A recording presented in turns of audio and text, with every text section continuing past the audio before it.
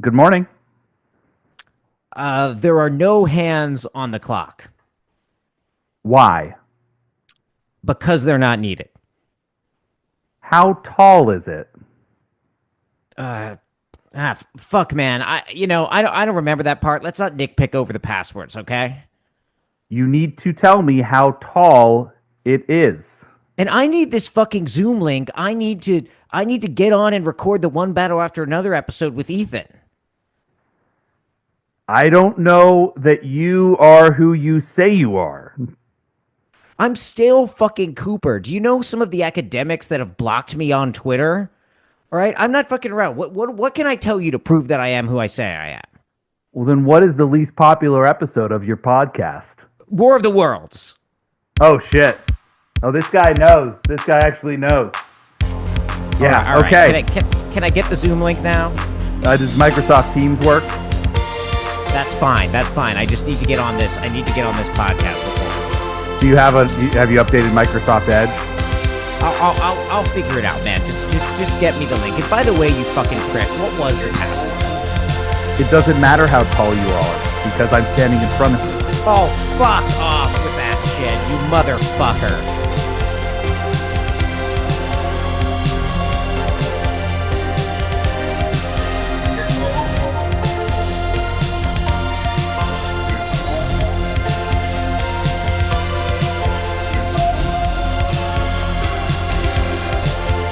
You're tall, but I'm standing in front of you.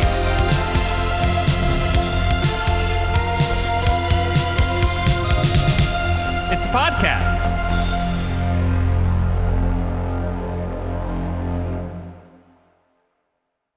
Welcome to Your Tall But I'm Standing in Front of You, the podcast where two friends circling the drain of academia examine the cultural detritus of the 21st century.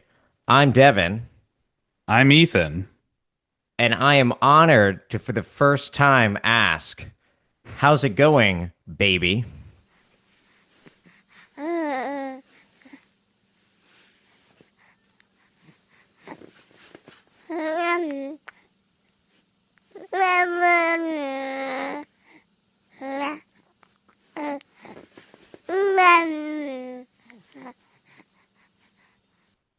And anyway, Ethan, how are things with you? You been up to anything lately? Hey, speaking of one battle after another, parenthood, what can you say? Oh, uh, yeah, got a baby. It's been, I can't recall anything about this film we're about to talk about. It. This was ages ago. I was a different man when I saw this.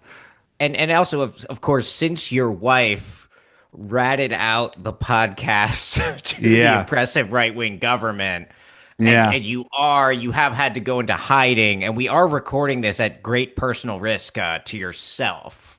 Yeah. But you gotta do it. I'm doing it from Mexico. What are they gonna do? You think they're gonna grab someone out of Mexico and bring them to the United States? You think they would do that? I think that's what we would call extrajudicial, Ethan. I don't think you have to worry about that. Have you heard of a little thing we call international law, Devin? Can't be broken. It's international. Yeah. So we're here. We know it's been a while. Obviously, things have been going on in at least one of our lives. But we're here to talk about the new PTA movie and pseudo, like partial Thomas Pynchon adaptation, Mm. One Battle After Another. Hmm. What did you think? Oh, it was awesome. It was really good. Um, I was a little concerned having like coming fresh out of it, which by the way, I saw it on the big screen, which I guess is bigger than a normal big screen. So my ticket just said one battle big. And Wait, was this one of um the VistaVision screenings, or was it IMAX, it or? wasn't we don't have an IMAX where I live. Come on now. But I don't know. It was on their big screen. I don't ask questions. I just go for the one that's at the most convenient time. But so one battle big, and it was That one thing that concerned me though, compared to pretty much every PTA film I've seen before, is I like I felt like I got what was going on throughout the film. So Like you I don't know if that understood the makes plot. yeah, and I don't know if that actually makes it a very bad Paul Thomas Anderson film or so that's that's sort of Yeah. my Well, takeaway is I really enjoyed it and I also understood it. And normally I get the former and not the latter with PTA, and so that this is solid. What it's about an you? interesting movie like that, right? Yeah. Because it's not just a PTA movie, who we've talked about before twice, right? We've talked about The Master, and we talked about Punch Drunk Love, Mhm. two great movies. It's also a Thomas Pynchon adaptation, Yeah, yeah, not someone who's known for things making sense. sure. By intentionally, as sort of a an approach of what he wants to say in his stories. So Yeah.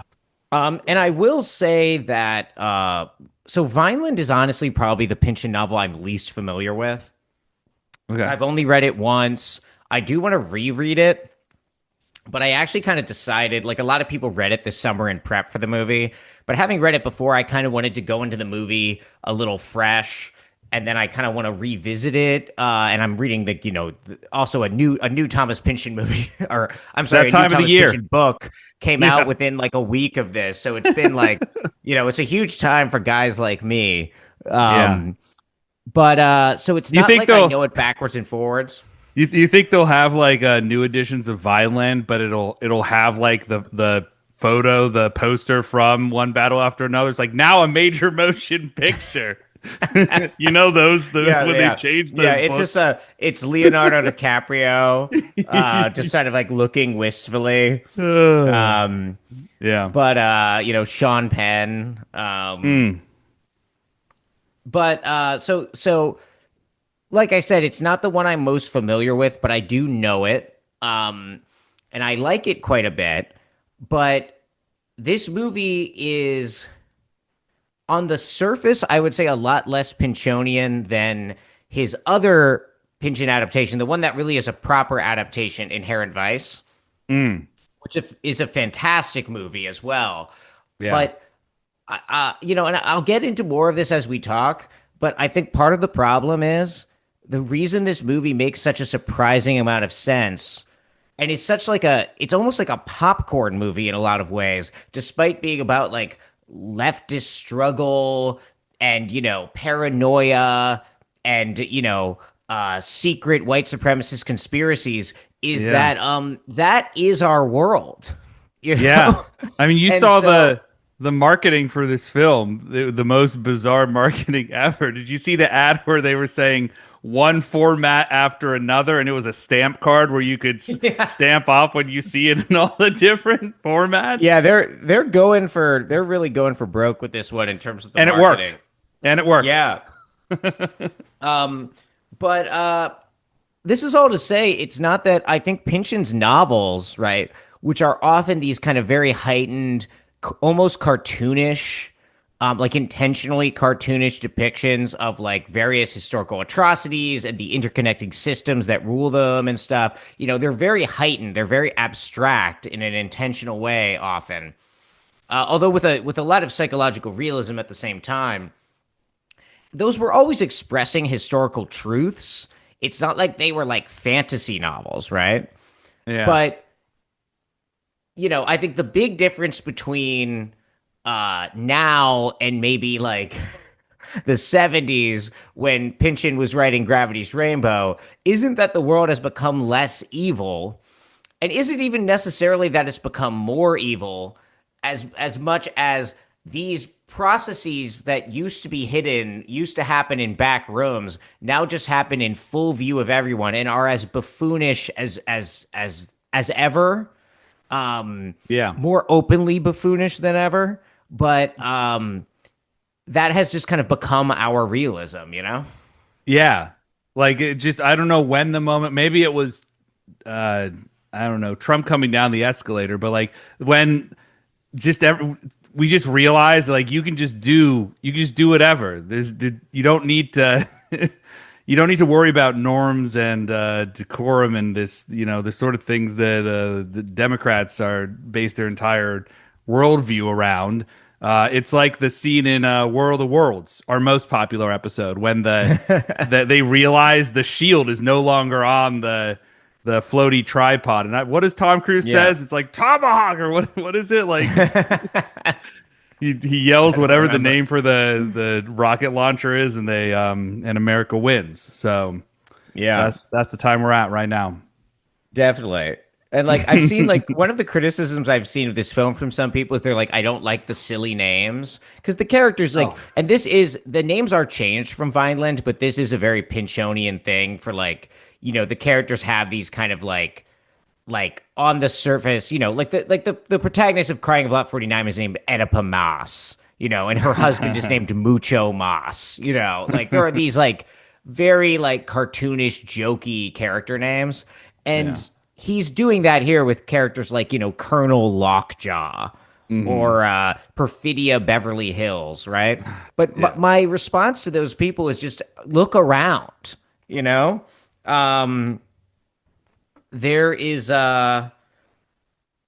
like we live in a patently cartoonish world, right? But also an evil world and a horrible world, And I think that's something this Yes. film really gets at from the first four shots. Because I just saw it for the second time, and so I was Mm. really paying attention to. I believe these are the first four shots. I don't think there's any cutting besides this. Is the film opens with Perfidia Beverly Hills, the Tiana Taylor character, walking towards the camera, and you've got that very yellow Los Angeles light in the back, the beautiful kind of sunset, right? Mm-hmm. And here we are in sort of like a very Paul Thomas Anderson vision of California, right? Hmm. That kind of, the kind that we see in a lot of his other films, like, Punch Drunk Love or Boogie Nights or whatnot, right? This very kind of kinetic, vivid almost Mm. color palette. And Yeah. then we get the reverse shot of what she's walking towards, and she's walking towards this immigration detention camp that is not even really hiding in plain sight, just underneath this highway overpass, right? So it's like this spatial relationship is established immediately of like the kind Mm. of the California you're used to seeing in the PTA movie is literally like over top just this like open air concentration camp. Yeah. And then we Yeah. see Leo, and then we see the collective group that he's walking towards. So it's like we get a problem, we get a solution, we get this whole Mm. world that's juxtaposing these different kinds of images immediately. Yeah. There's California for you, the Golden Gulag. There's I like that though. I hadn't thought of that, how it's sort of establishing that that festering rot right under the surface of familiarity. Yeah. And that is now to us not a shocking image, and that's what's shocking about it, right? Is it Mm. cuts to it and we're just like, it's like I'm on Twitter, it's like I'm on the news. It's Yeah. not like I'm in a Pynchon novel or I'm in a PTA film, really. And part Hmm. of what Pynchon and PTA both do is I think like they take these kind of things, these evil aspects of our world and these like uh rotting aspects of our world, and they kind of aestheticize them in a way that helps us kind of see them differently. Mm. Um but he barely comparing it to Infinite Vice, he barely has to do that in this film. Like Hmm. it struck me that the actual literal images you see in this film, like if you even just turned the dialogue off and just looked at the shots, felt to me much more realistic than like Inherent Vice, where Oh yeah. it very much feels like you're in like a someone's weed paranoia. You think of Hmm. like the Martin Short character, the crazy dentist, or like some of these really, really cartoonish characters. Lockjaw by Sean Penn, the villain, he is a bit cartoonish, but in a way that just looks like he mostly just looks like a fucking, Proud Boy or something. Yeah. Yeah. Agreed. It none of it came across as shocking. I don't know if it did to society writ large, but and it's just interesting thinking about like the production of this film and when they actually filmed this and when it came out. Um, and because everyone, I think we'll chat maybe a bit about the buzz around it, but a lot of people were talking about it being responsive to this particular time, when really, like, no, it was nope. It's Vineland is set in what, the 90s, Like the 80s, it's like the Reagan 80s, 80s, I think, Reagan basically 80s. like it's essentially about like the failure of the 1960s, right? So he's like a 60s radical hippie kind Yeah, of guy who now is like, it's like the revolution lost, and he's like yeah. living in this world where capital has triumphed. Okay.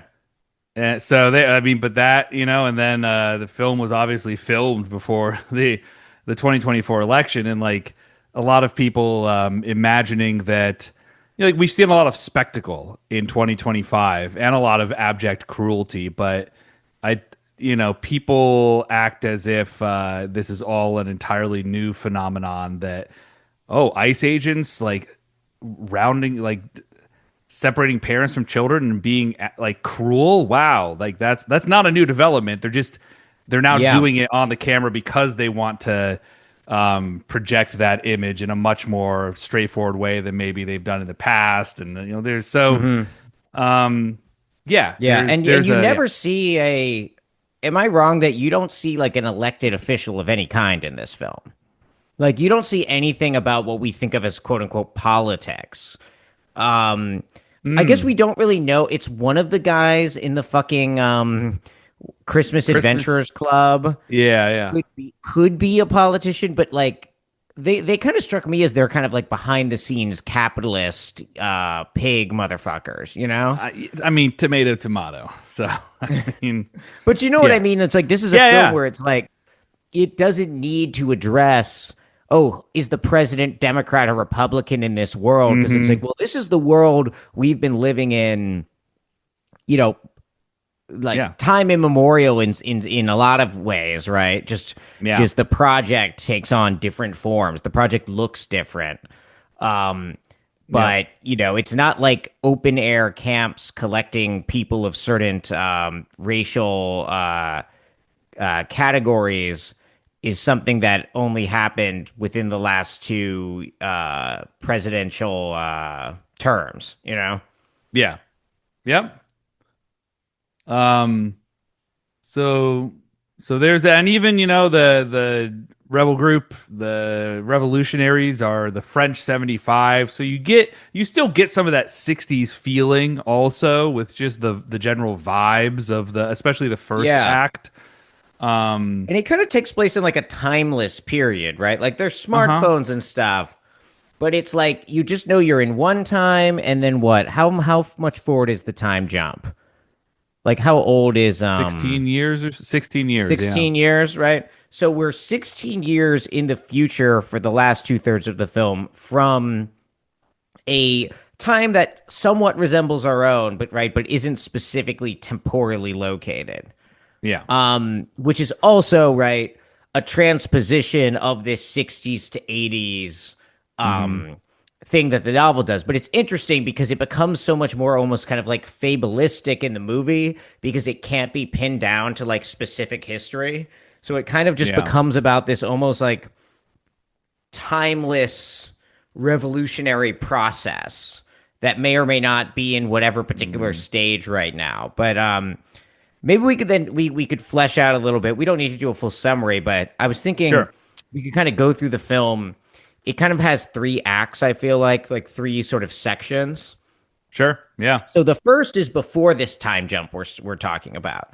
So this is we open, as I said, with Tiana Taylor playing a revolutionary named Perfidia Beverly Hills, and Leonardo DiCaprio playing Ghetto Pat Calhoun, who's kind of like a revolutionary and specifically an explosives expert.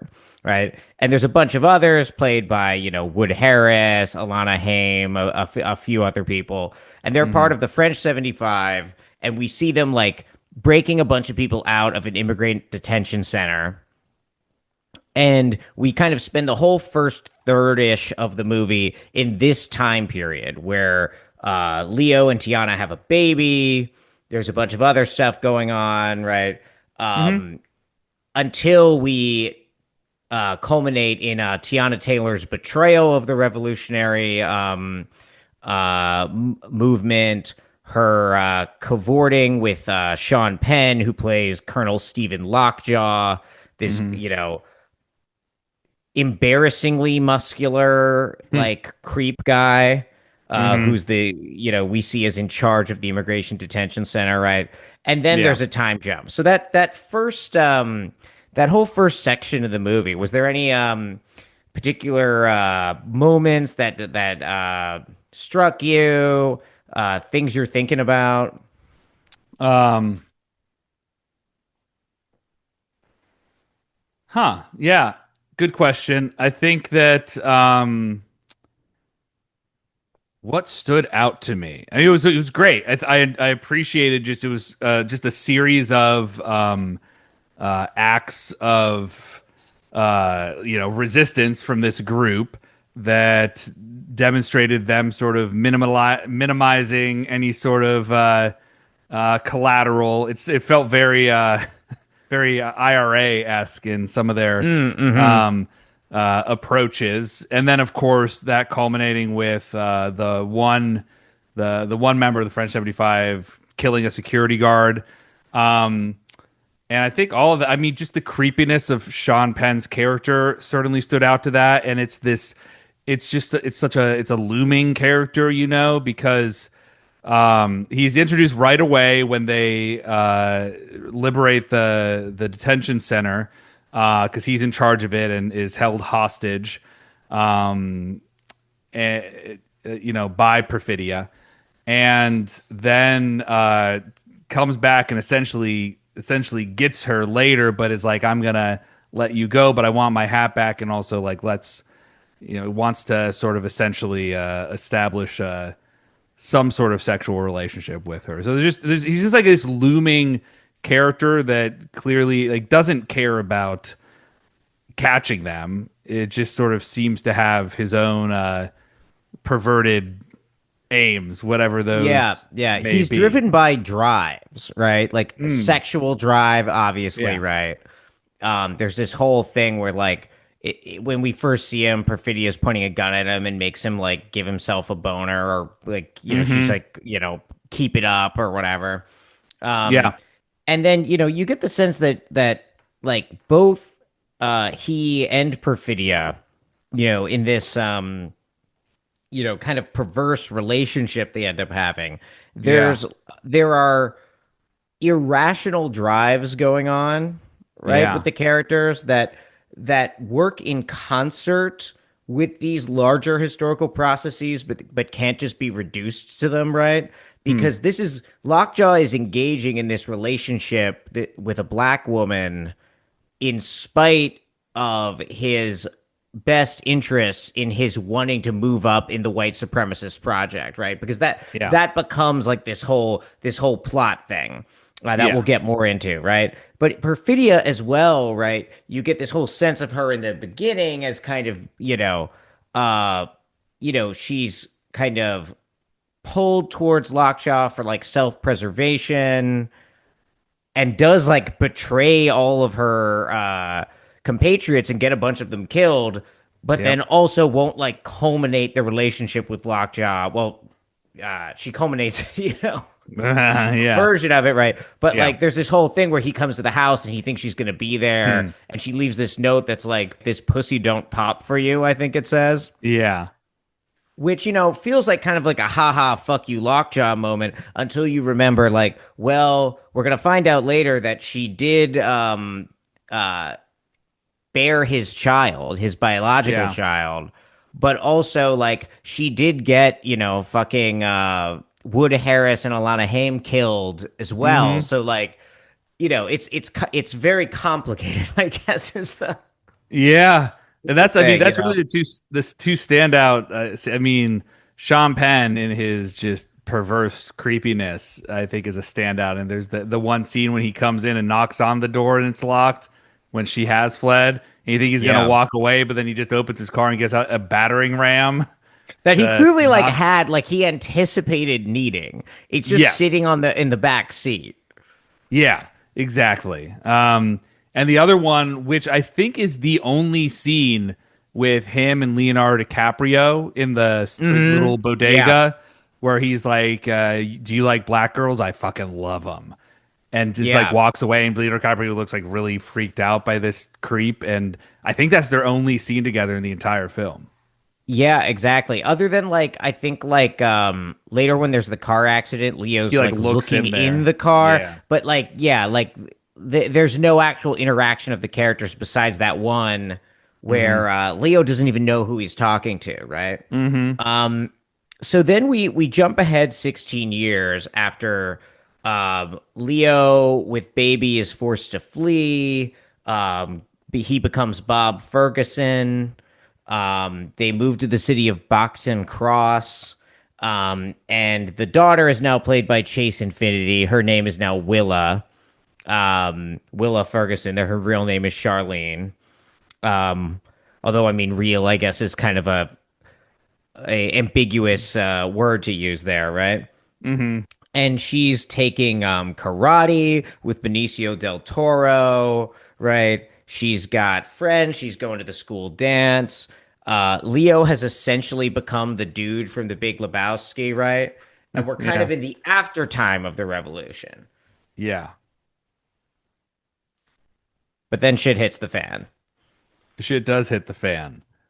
Uh, and it's premeditated by Lockjaw being invited to the Christmas Adventurers Club, right? That's what sort of sets Yeah. off this series of events. Is he's invited to Which is some this? kind of like white supremacist, like Illuminati situation. Yeah, and the fact that there were people that were saying like it's so silly Christmas. It's like, have you heard of any white supremacist organization ever? Like they're all silly and stupid. Like what are you talking Yeah. about? This is a Yeah, I mean, and I love the some of the shots involving them, like the houses you see them move through, like they will look like Thomas Kincaid paintings until they look like apocalypse bunkers. You know, like yeah. you open a door in a Thomas Kincaid house into like a underground compound where they probably torture people.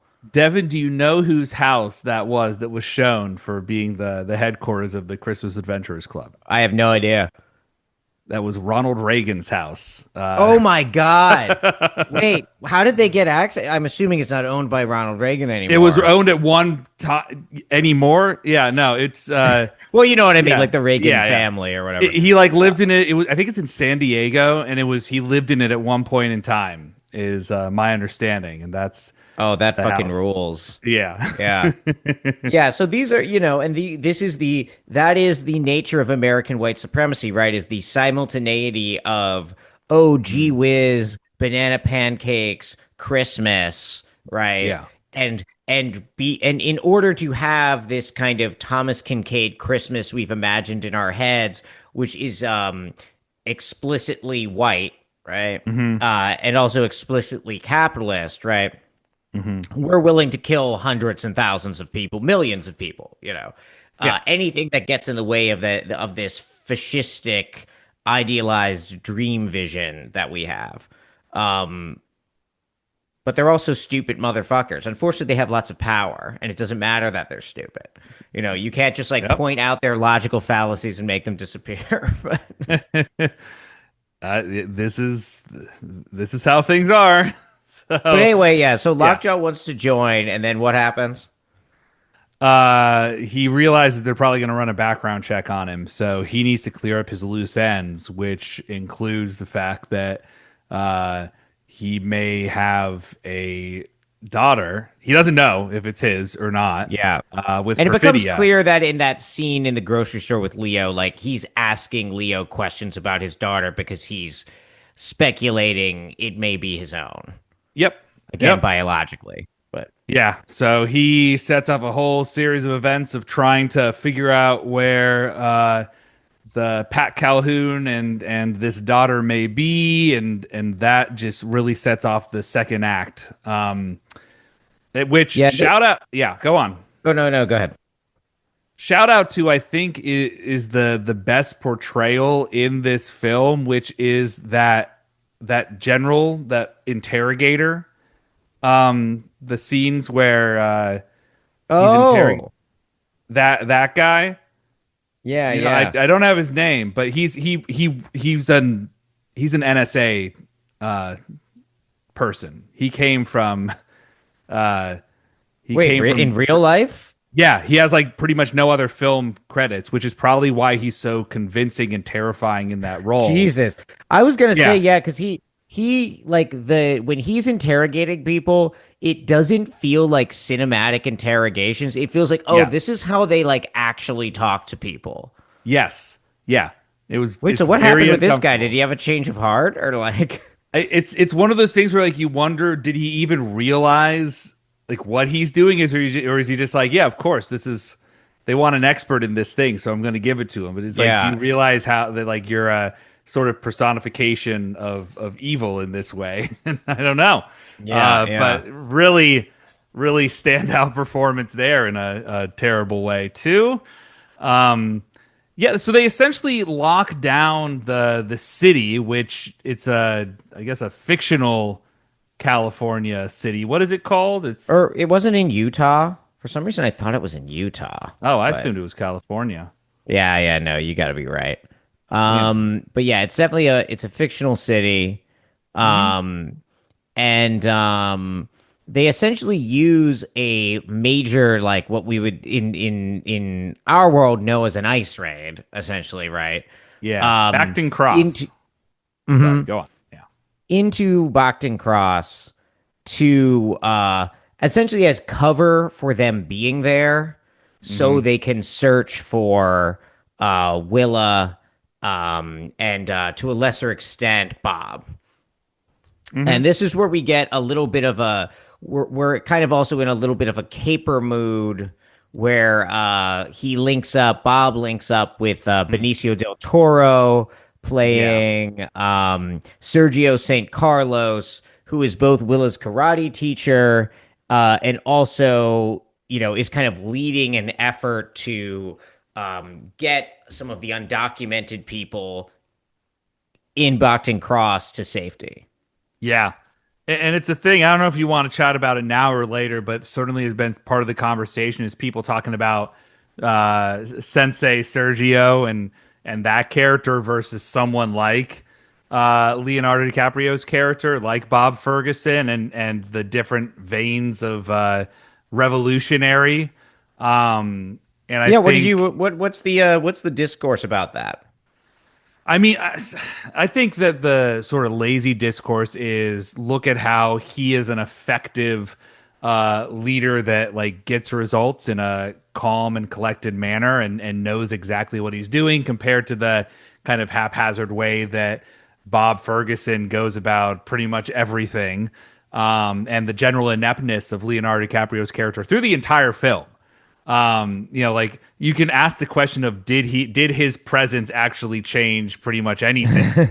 um and I think some people have contrasted that in a way to create a dichotomy that I don't think is necessarily the case, or what PTA was trying to say with this. And but that's some, I've seen some discourse around his Yeah. character versus that. Well, there's certainly some of that there, right? Hmm. Because Bob is someone who's fallen out of the struggle, right? Yeah. And he's Yeah. kind of part of the arc of the film is like his reawakening into some kind of revolutionary consciousness, right? Not Yeah. necessarily like his ex-wife's same militancy, right? But something, right? Yeah. But you know, I think that's not really the takeaway I get from it at all because No. like to me it's like, you know, Benicio del Toro is also just being so supportive of Leo's struggle, you know? So it's like, well, if we Yeah. want to talk about him as an effective character, he's also choosing to use that effectiveness in support of what Bob is doing, right? Yep. So to me, Yeah. it much more has a takeaway of like solidarity than it does Yep. like, oh, this guy's better than that guy. Also, he could have better infosec, right? Like I know Leo's like part of it's like the joke where like Leo's out of touch, right? But Yeah. he is just kind of like taking selfies and like openly talking on smartphones about this stuff he's doing, right? Yeah. Um, and I think that the film maybe at least is there's room to think that like they both have something to learn from each other, maybe. Yeah, I agree. I think it to me the message is more of like everyone has a part to play, and it's not shutting that down in any way, and that really to me is the Sensei Sergio's character. Like he goes out on a limb to help Bob out in those moments, Yeah. and he wasn't just dismissive of the fact like this dumb guy that is washed out, pothead that is sort of just a fuck up. He like actually kind of helps him do what he needs to do Yeah, and he falls out of without any like thing like any tangible thing he's necessarily getting in response. He's yeah, just and yeah. there doesn't need to be a big like cinematic debate about it or something where they're like Mm-mm. weighing pros and cons or anything. It's just kind of this, Yeah. there's an instinctive community and solidarity between the characters. And Yeah. I think one of the strengths of this film to me, like, I think if you're looking at this film through a lens of like, oh, is this like an effective manual for how to do like revolutionary activity, which I've seen some people doing online, I uh, think you're setting yourself up to not like the movie, right? Um, but I think what the film does kind of formally, right, is it really does, I think, capture the idea of resistance and revolution as like an ongoing struggle in which people play various kinds of roles that are not predetermined. Yeah, and it's multifaceted and like even there's the recurring bit of the guy on the phone and he doesn't know the password, Leonardo DiCaprio, and gets Yeah, repeatedly yeah. frustrated. And yeah, it's funny. But even that, when you actually think about it, the fact that they didn't just give Bob the location of where Willow was going, like if Bob would have been there, actually he would have been scooped up with the rest of them if he had gotten there earlier. So the system actually sort of worked, as silly as those scenes were, and the sort of play it was doing on Mm-hmm. that sort of piece there. Yeah, because the characters aren't omniscient, right? Yeah. Um, and the film doesn't ask them to be. It just kind of is like, various people kind of do their best, right? And a lot of them have failures, right? Hmm. Like the Billy Goat guy who kind of gets swept up and he does ultimately like give folks up because they're threatening his sister, but he also has like he's set up the contingency where like if I'm scooped up, you release this like warning code and stuff, Yeah. which is to say various characters meet their limits in the struggle in this film, right? But they don't like their arc doesn't need to finish in that way. Do you know what I mean? Like I was really interested in how like characters will just kind of drop out of the narrative and we never see them again. We never even see Tiana Taylor again. Like you kind of Hmm. keep expecting she's going to come back at some point, and she does come back in the form of a letter and her voice, but we don't see her again. Yeah. And it's like she just had this role in the lives of these characters, this highly ambiguous role, right? But like time has to move on because reality isn't a movie. Not everybody Mm. gets a third act, you know? Yeah. Yeah, and I think what you're speaking to, it emphasizes the point that pretty much all of these characters are compromised in one way or another. Yeah, Um, yeah.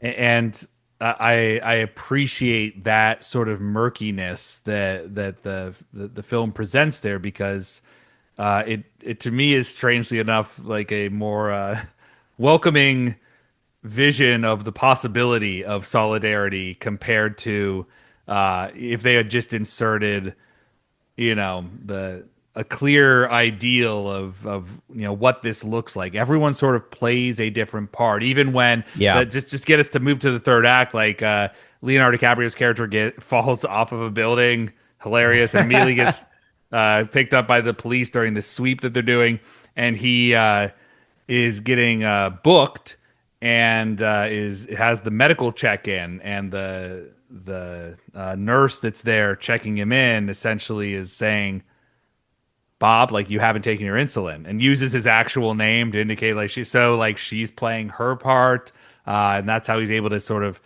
escape and get back with Sensei Sergio, and so yeah, everyone plays a part, and now finally Bob knows where Willa, his daughter, has presumably been whisked away to.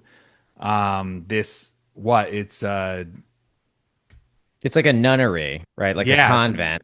a A convent out in the revolutionary country. convent, right? Exactly. Yeah. And she's been taken there, right? That's the rendezvous point. But then Yeah. Lockjaw gets there first and scoops her up, right? Yeah. And another one of the characters whose name I'm not sure of. It must be Deandra, the Regina Hall character is Yeah. one of the revolutionaries who's gotten her to this point, and then she gets arrested. And she, like Sergio, right, is one of these characters where she kind of fails. She doesn't get Willa away, but she gets Willa as far as she can, right? And we Hmm. don't get to see her in like the final act have some kind of redemptive moment or some kind of even closure, right? We're just sort of like, Yeah. we don't know what happened to her, but she played her role in this, right? And now the film kind of simplifies, right, to its core players, really, where it's Bob pursuing Lockjaw, who has Willa. And then meanwhile, we've got to talk a little bit about Tim Smith, right? Mm. Who the Christmas Adventurers Club has sent as like kind of like a cleaner of this situation that they've kind of got a note of, right? And this essentially Yeah. is like a big chase sequence. Yeah. Tell us about this man, that road. You know what I'm Yeah, saying? so we end up with like, and there's other stuff that happens, but to yada yada it a little bit, right? What we end up with in this third act, right, is the core uh situation is these four characters are in four vehicles on the road, right? And it's this incredibly hilly road where like the hills are incredibly dramatic, incredibly steep, and so you're constantly losing sight of the cars in front of you as they like crest the hills. And so you've Hmm. got Leo chasing around. He's actually chasing Lockjaw, not realizing Willa's in the car. Willa has escaped, through various means. She's like with some other guys and she gets away, right? She's Hmm. in a car. And you've also got Tim Smith shows up at some point, right? Yeah. Tim Smith fucks up Lockjaw, Yes. right? And then starts going after Willa. And she's in one of the coolest sequences of the film, right? She kills him by like just stopping the car in the middle of the road right after one of these hills. So he hits her at speed, or hits the car at speed, right? And then Yeah. when he can't produce the revolutionary password, she shoots him to death. And then eventually Bob shows up and they're reunited, right? Yeah. Obviously she's very traumatized by all this, right? Sure. But I'm so interested in what the movie's doing visually here, right? With Hmm. like, and this chase sequence actually made me think back to you mentioned when Leo falls off the buildings, right? There's this earlier part in the second section where Leo is supposed to be following these guys as they're jumping along the buildings. Hmm. And PGA keeps positioning the camera in ways where like we'll see Leo jumping and we can't really see what he's jumping to. It's a little hard to tell sometimes how long of a jump is it, and you kind of Yeah. get the sense that like the younger skateboarding guys, they know these routes really well, they jump very confidently, and Leo has trouble judging like, is this a safe jump or do I have to take the ladder down and then slide down, moments like that. And then Yeah. obviously he eventually falls off the roof, right? Yeah. So there's this sense of like the landscape of this political world that Bob's trying to navigate, right? Spatially is getting the better of him. Mm. And we see like I think it kind of visually rhymes with what's going on with the hills, right? But here that kind of that uneven topography, right? Those Mm. extreme elevation differences are used to like foil, at least for a moment, the white supremacists and the Mm. capitalists, right? Because they can't see what's coming next either, right? Which I feel like that's saying something about the sort of keeping the light of the revolution burning, you know? Yeah. That's a great point. Uh, um, I don't know that I have anything to add to that. That's just, yeah. And then, of course, Lockjaw actually survives, funnily enough. But There's in a Dakota. great Yeah. denouement, he is told he gets into the Christmas Adventurers Club. They give him his office, which right is the shittiest looking like generic Yeah. Office Depot ass office, and they gas him to death. Yeah. Yeah. And like that's the dream. That's like his dream is that shitty corner office. Like that's actually the realization of what you think you're going to accomplish through a white supremacist system. At the end of the day, it's Yeah. like garbage. So, Yeah, and you're garbage to them. Like, uh-huh. Yeah. even if you've completely given up your soul, right, to doing this violence, right? The people at the top have complete contempt for you. They think you're Hmm. nothing but a fucking stooge, which is all that you are, to be honest, right? Yes.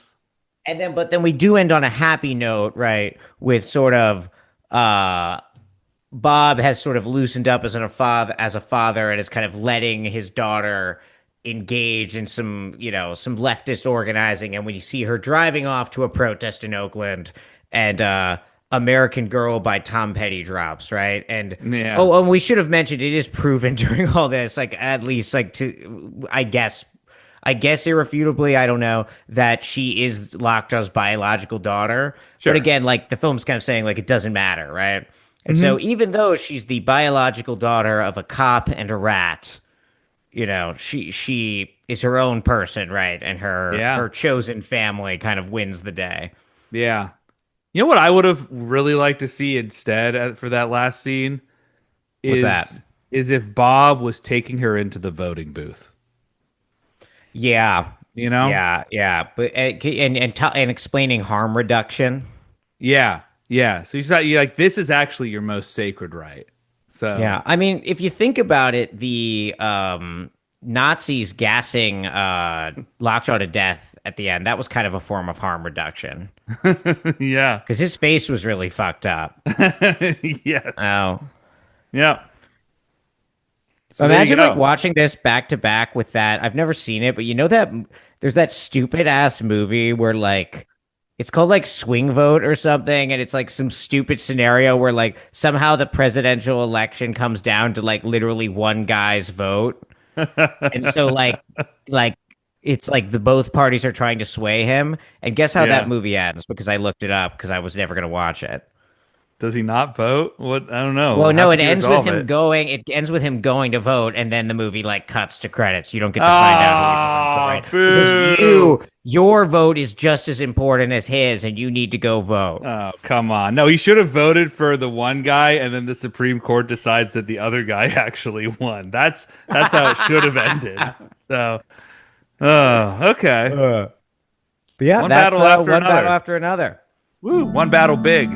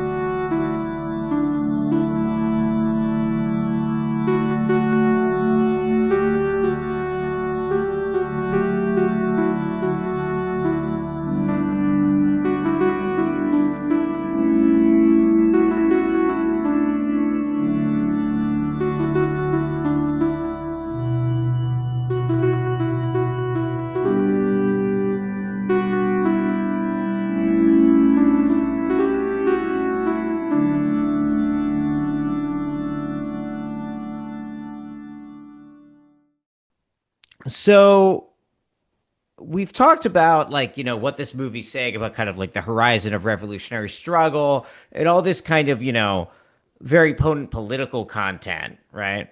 But Hmm. ultimately, this is also a film about the family, right? Mm. And I'm wondering what you think about it because I haven't really fully been able to decide where this film, how this film leaves me thinking about family. Mm. Because like on the one hand, on the surface, it seems like such a classic kind of like family as refuge resolution at the end, Mm. where it's like, okay, well, the revolution didn't work. It's an ongoing struggle, but children are our future.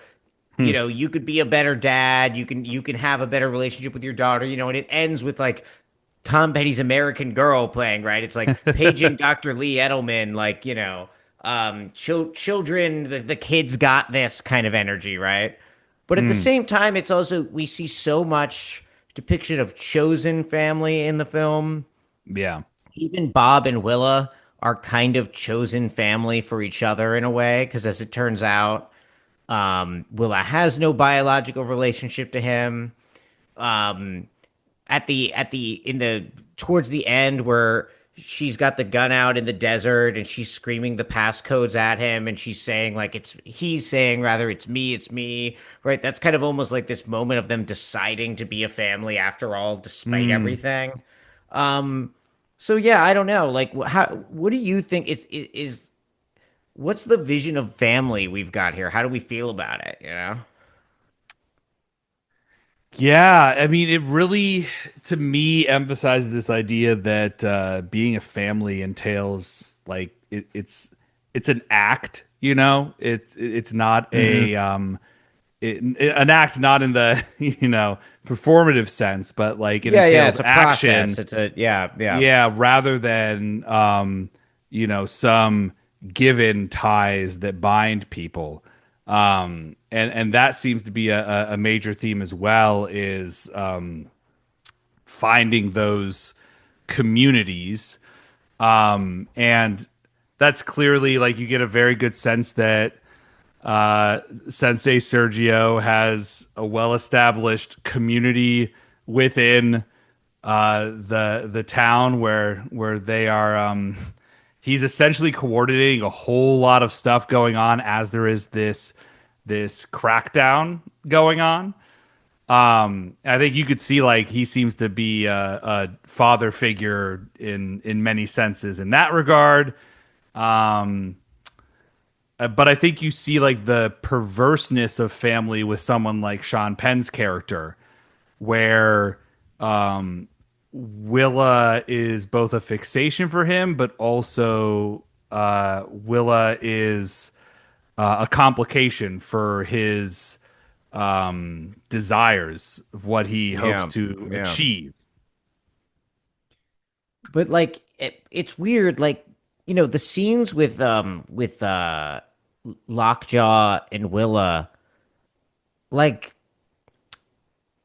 Lockjaw won't kill her himself, right? Which is kind of how she ends up escaping because he gives her off to this bounty hunter who then kind of gets second thoughts, and there's a shootout with some neo Nazis, blah blah blah, right? And he'll even say like in the moment after the paternity test processes, he says like, "Get my kid in the car." And it's kind of Mm, it's strange, right? Because the entire purpose that he's doing this for is to suppress the reality of her being his daughter, from the Christmas adventurers. yeah. But there are these, he still kind of like calls her like my kid, and he like hesitates to kill her and stuff. This isn't me saying Lockjaw is like good or redeemable or something, right? Uh-huh. But it's like even in that plot line, there's sort of this like power of family that is sort of like disrupting things a little bit or something. I don't want to overstate that case or anything, right? But um the I do think like the movie seems to be pointing to like the family as a point of tension Hmm. in this historical juncture, right? Where families of various kinds can like produce different kinds of like incoherences to the system, right? Where like the Christmas adventurers, right, are all about like legislating like what a family is, and it's a explicitly white family, right? They say like, they ask him, you were born in America by Gentile, right, as well, Hmm. right? um all this like, this political violence to maintain an idea of what the family is. And it seems to me like the film's suggesting though that like the reliance of the white supremacist project on family is also a potential source of weakness Mm. because familial bonds like perhaps have this like capacity to, you know I don't know, this capacity for resistance or whatever. But then, I do find myself struggling with like, is the movie being like just sort of like ideologically sappy about the family, right? But Mm. I do think it's more complicated, right? For some of the reasons we've talked about. But it's something I'm still trying to think through, I guess. Yeah, and it's a good point in terms of thinking about family versus like community, I guess. Because there's that contrast with the Christmas Adventurers Club versus the fact that Lockjar has a mixed race daughter, and how that is this conflict for him in his mind between having a daughter and wanting to be part of this community. Whereas I feel like Leonardo DiCaprio's balance, between being a former revolution, even like in the first act when he is a revolutionary, but is like, we're parents now. We need to raise this child. That actually takes precedent. It's almost like a reverse of that, where he's like, Yeah. actually, the Yeah. family is the primary concern. The Yeah. revolution is secondary. Yeah, well, and I think that's what I'm trying to get at a little bit, right? Is I think because Anderson, I think, wants family to be like both the refuge and the solution, right? So like the end of the Yeah. movie is this kind of wish fulfillment where you get to kind of have your cake and eat it too, right? And I Yeah. think that's what can leave you with this sense of like, okay, the movie has this kind of saccharine kind of ideological bow on the end of it. But I think these moments of disruption that we're talking about, I think the film kind of belies its surface level politics in ways that make it more interesting than like, Yeah. like a surface level summary would suggest. And it Yeah. is the fact that I think like the in the film's kind of ideological world, family doesn't inevitably erupt into community, but it constantly holds the potentiality to like for radical expansion, right? Mm. And I think this is what I'm trying to get at with the sense of it's thinking about how the white supremacists are obsessed with family. The revolutionaries, at least Bob, right, is also obsessed with family, right? And it's not just that the family is like inherently good or bad, right? But that it is this kind of social force Mm. that doesn't completely work with either a revolution, right? That's the whole problem. Once Mm. they have the baby, how do we still be revolutionaries? Nor does it completely work with a white supremacist project, right? Because in order to maintain family as an exclusively white enterprise requires all of this imprisonment, requires the breaking up of real families, right? Requires the destruction of families, right? So there's like a paradox, right? Mm. And so like I think that's at least what I found like useful from the film for myself, right? Was thinking about like again, not that it's like okay to just focus on your family and forget the revolution or whatever, right? Or forget activities, right? But to think about like the sort of again the kind of eruptive potential that family has or something. Yeah, and the fact that family is entangled within like those revolutionary aspects too. Like you can't Yeah. separate those two from one another.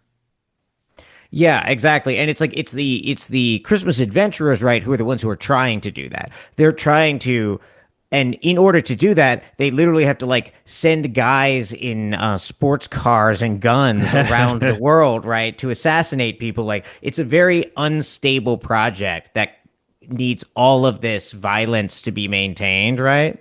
Mhm. Um, but it also kind of it's a very Pinchonian thing, right? Because there's this whole thing in Gravity's Rainbow I won't really get into, right? But there's this whole section that takes place like amongst like the communists in Germany, like before and during the rise of Hitler, right?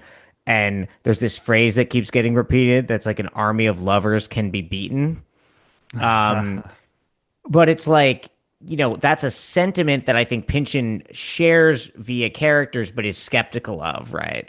Or Mm. doesn't, at least thinks is like can go kind of in different directions, right? That like things like love, family, these kind of emotions, again, they hold an eruptive potential. They like always exceed the attempts at quantification and containment by the state, right? But they also are constantly under threat of being delimited, captured, commodified, right? And that is sort of like that's like where you can see history happening is through those kind of like contradictory processes, right? Like family doesn't exist, right? Like what you were saying, family is an action, family is a process, right? So part of what we're seeing in the film is like the various contestations of politics and struggle that are forming what we think of as the received ideas of the family.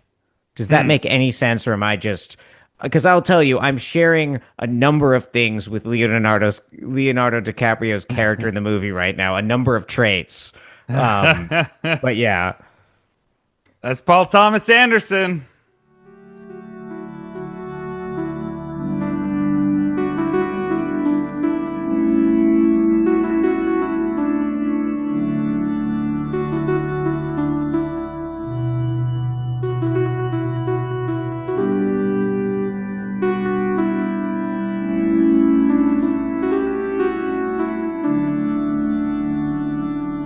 so speaking of family, we're both really busy now with our own families. And by my own family, I mean my collection of David Lynch memorabilia Yeah, and yeah. Thomas Pynchon novels and myself. Mm-hmm. Um, and my various like Elden Ring characters who are like in the like 200 and 300s in terms of their level. Um, Impressive. and so we are uh, going to be taking a little bit time to address some other important aspects of our revolutionary struggle and project, right, Ethan? Yeah, I mean, we've said it before, but our intern, Luigi Mangione, we have been sort of devoting ourselves to his case a little more. You might have seen some good news on that front. We're optimistic that all of those charges will be dismissed, given his assistance with us on. I forget what we said. Was it the? Was it the? The Gladiator 2 episode. Gladiator 2, of course. Yeah, Italy. That's it. That's got it. That'll do it. Yeah, which we were recording on the night of December 4th, 2024, or really the Yeah. early morning. Real early, yeah. Um, Which is when we record all these episodes, is yeah, in the yeah, early yeah. mornings. Yeah. And Yeah. you can Luigi is live on that episode giving us Yeah. thumbs up and thumbs down on our Oh yeah, the Italian joke. gesticulation was out of this world. It's been hard without him, honestly. We've suffered without that sort of gesticulation. Um, our good friend Neil Young, we've been working with him. As you probably know from our past episodes, we are now the proud owners of the neilyoungarchive.com.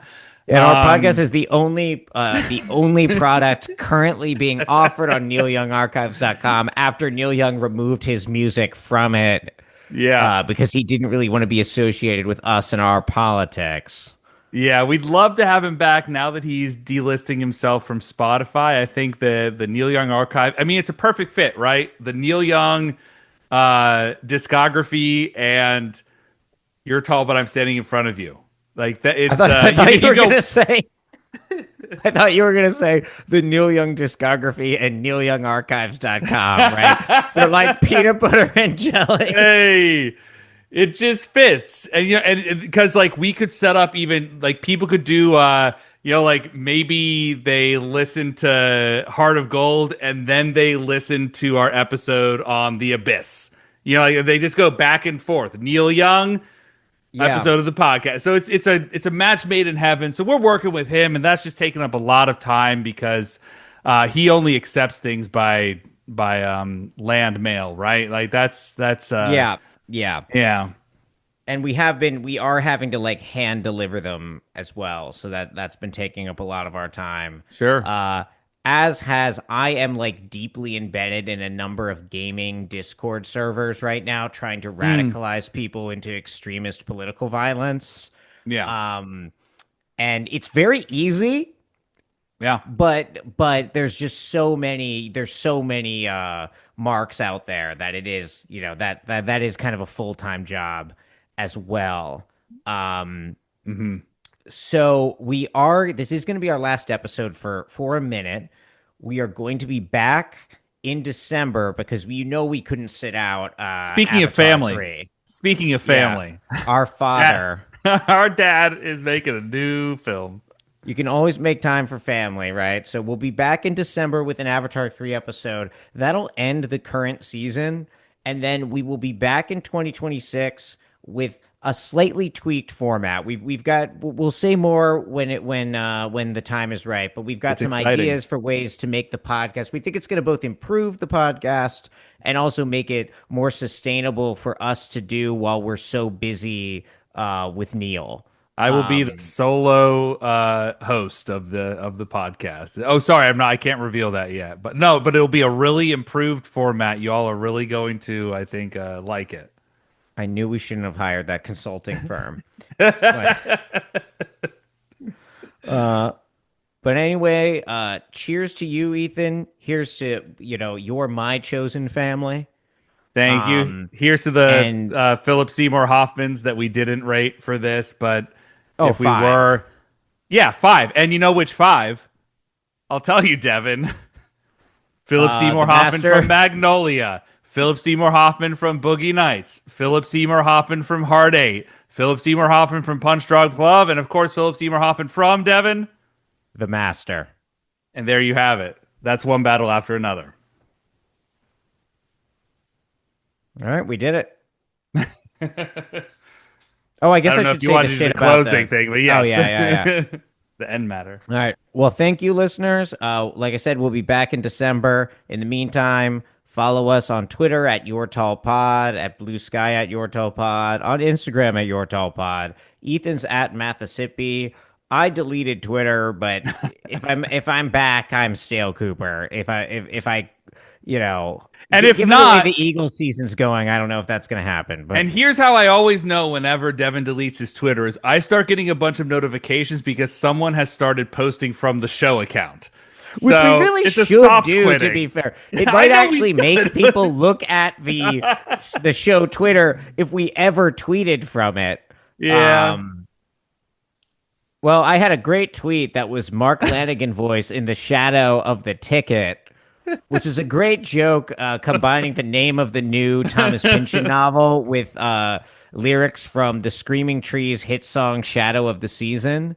And I'll have you know that got 106 views and 0 likes. But the views are what matters. That's why Elon added them in. So 106 views is great engagement. 106 people saw that and probably were like, that's definitely something I'm going to check more about in the future.